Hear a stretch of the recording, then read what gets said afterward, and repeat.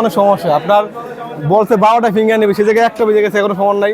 এগুলো সিস্টেম এগুলা লাইসেন্সের জন্য ফিঙ্গারপ্রিন্ট, এই জন্য এখানে দাঁড়ায় আছে সকাল 9টা থেকে এখন পর্যন্ত তো কোনো ফিঙ্গারপ্রিন্টই নিতেছে না।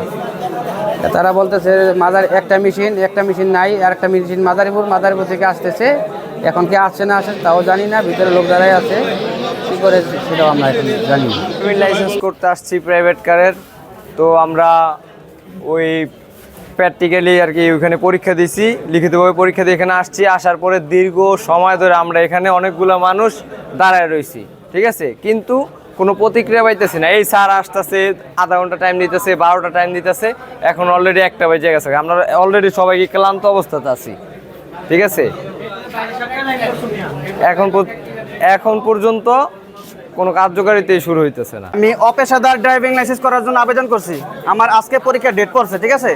এখানে আমি সিরিয়াল দিছি, সকাল 6:50-এ আসছি। আইসা আমি 3 নাম্বারে ছিলাম।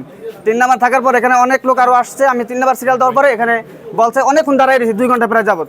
পরে বলছে যে এখানে 8:30 বাজে আপনার নিব, ফিঙ্গারপ্রিন্ট নিব, কিন্তু ফিঙ্গারপ্রিন্ট নেওয়া হয় নাই।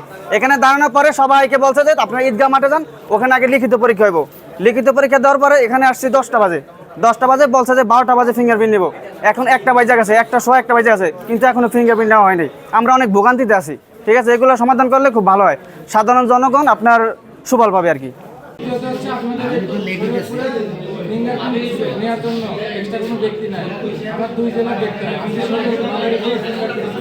ওখানে শেষ করে আবার এখানে এখন এখানকার কাজ শেষ করবো, তারপর আবার যাবো।